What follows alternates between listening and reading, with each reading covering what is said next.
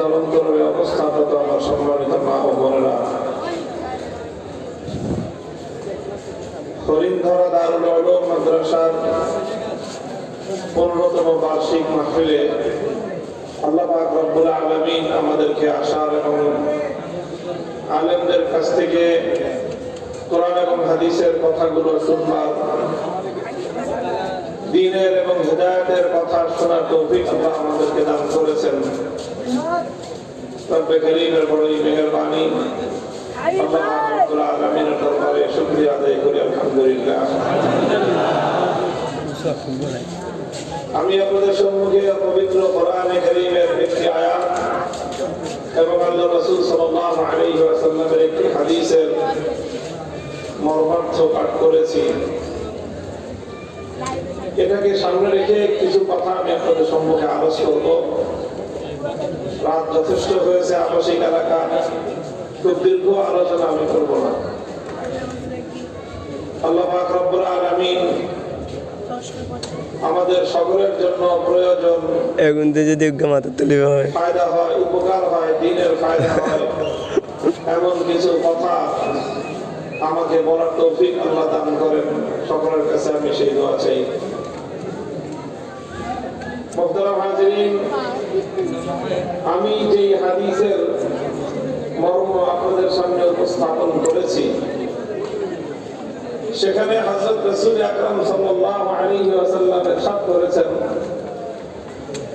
যে এই পৃথিবীর সকল প্রাণী, এমনকি পানির মধ্যে যেই মাছ, নদীর গর্ভে, সমুদ্রের গর্ভে যেই মাছ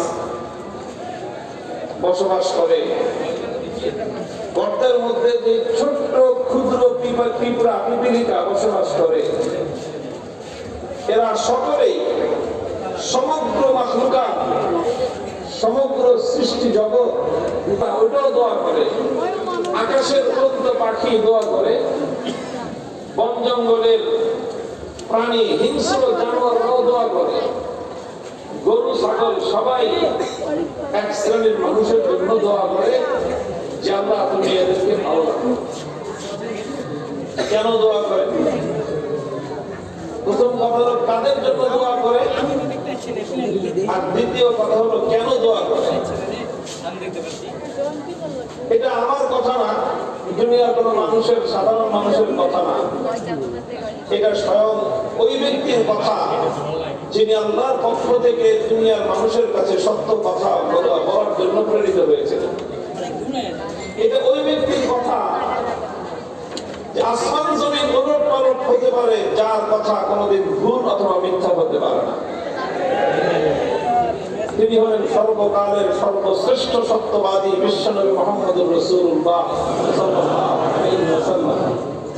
তিনি বলেছেন যে এই সকল সৃষ্টিকুল এক শ্রেণীর মানুষের জন্য কল্যাণের দোয়া করে। দোয়া করে কি? যে আল্লাহ তুমি এদেরকে ভালো রাখো, বাঁচায় রাখো, সুস্থ রাখো।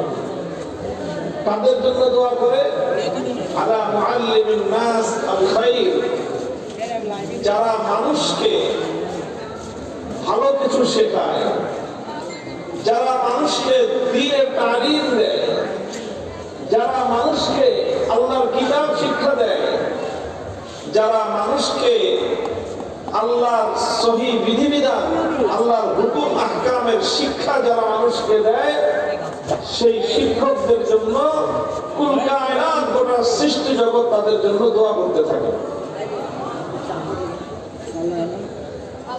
এটা যদি আমরা বলতাম যে হুজুরদের জন্য দোয়া করে, তাহলে তো এক শ্রেণীর মানুষের কাছে গায়ে চলে যেত। এবং আল্লাহর নবী হুজুরদের কথা বলেন না নাম নিয়ে, কি বলেছেন? আলা মুআল্লিমিন নাসিল খায়রা,